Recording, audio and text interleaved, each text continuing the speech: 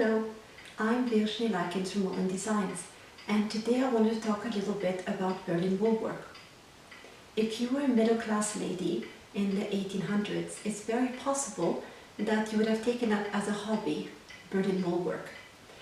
Berlin Woolwork was very popular for several reasons. One of them, it was quite simple, was very straightforward. The patterns were already designed for you. They were often worked on gridded paper with either hand-painted, lithographed or symbols, and it was quite simple as each stitch was one of the little squares here that represented one stitch, and you could work it on canvas in 10 stitch. You could enjoy the beautiful colors and you could use it to decorate just about everything in your house. And as the name says, Berlin Woolwork originated from Germany. There was a company in Germany that would dye wool, good quality wool, in different colors, and they would export it to other countries around Europe. It was also in Berlin that they started producing patterns for those wool, those embroidery wool. The quality of the patterns, as some would say, deteriorated with time. As the popularity grew, they started to produce more and more patterns, and the quality was becoming more quick, and let's come up with a new pattern fast. I have a few examples here to show. When we think of Berlin Woolwork, we often think of florals, and yes, there was many beautiful florals. I have here an example of a floral pattern which is worked on very small grids, and you can see the quality is a little different between these two. This one's a bit more realistic, while this one is more like a pattern that would have been very quickly put together.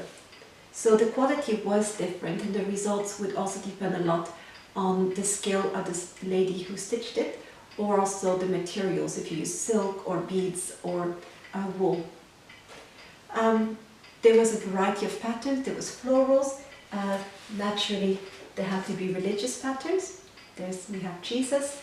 There was also patterns of famous people or scenes from art.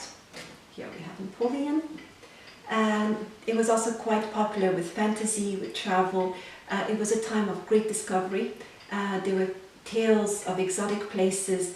There was new inventions. The world was changing very quickly.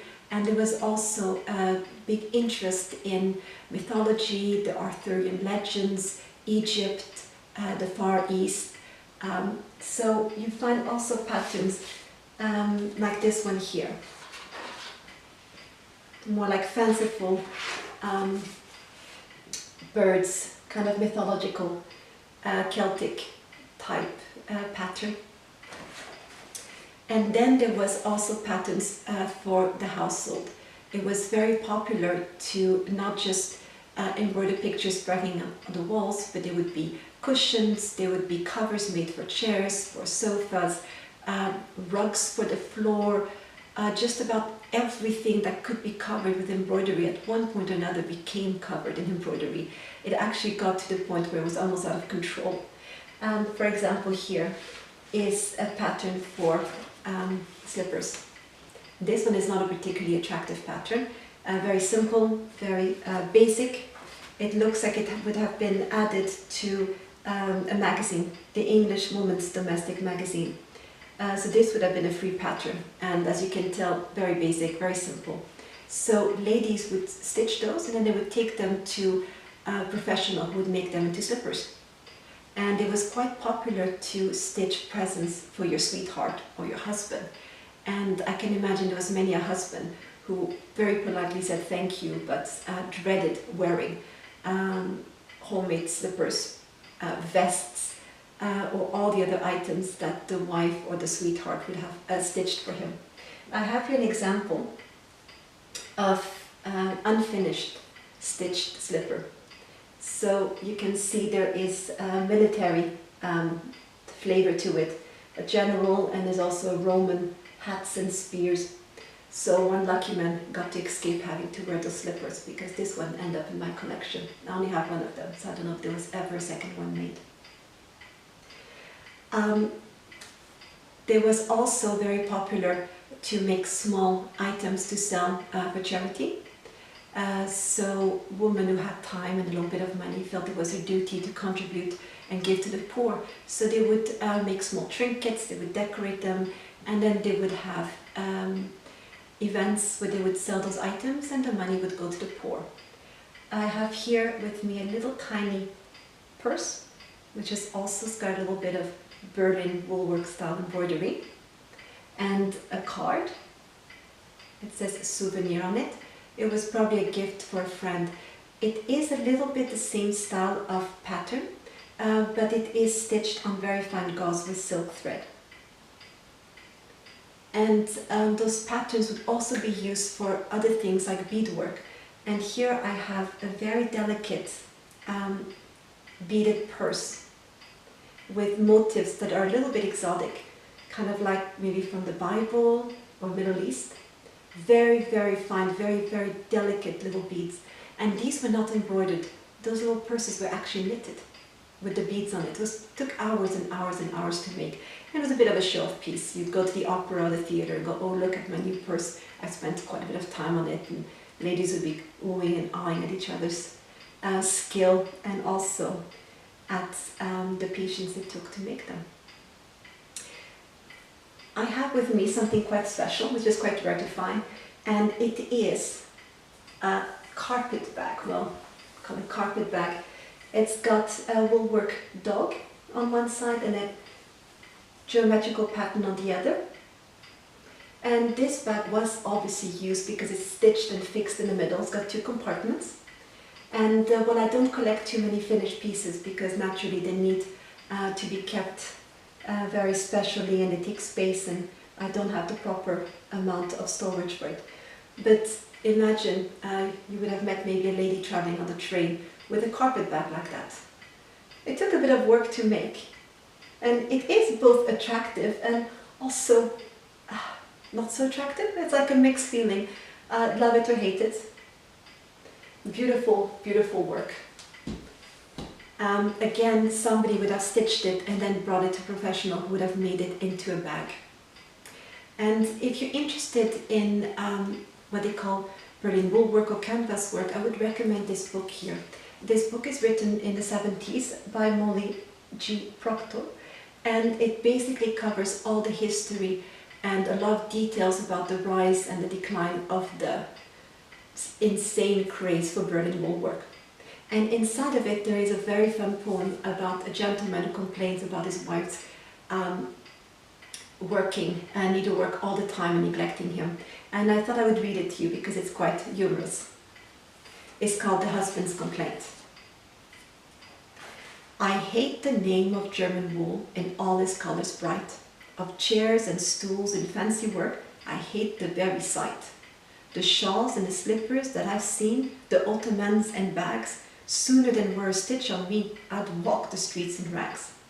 I've heard of wives too musical, too talkative, too quiet, of scolding and of gaming wives, and those too fond of riot. But yet of all the errors known which to women fall, forever doing fancy work, I think exceeds them all. The other day when I went home, no dinner was for me. I asked my wife the reason, she answered 1, 2, 3. I told her I was hungry and stomped upon the floor. She never even looked at me but murmured, 1 green more. Of course she made me angry, but she didn't care for that, and shouted while I talked to her, a white and then a black, 7 green and then a purple. Just hold your tongue, my dear, you really do annoy me so, I've made a wrong stitch here.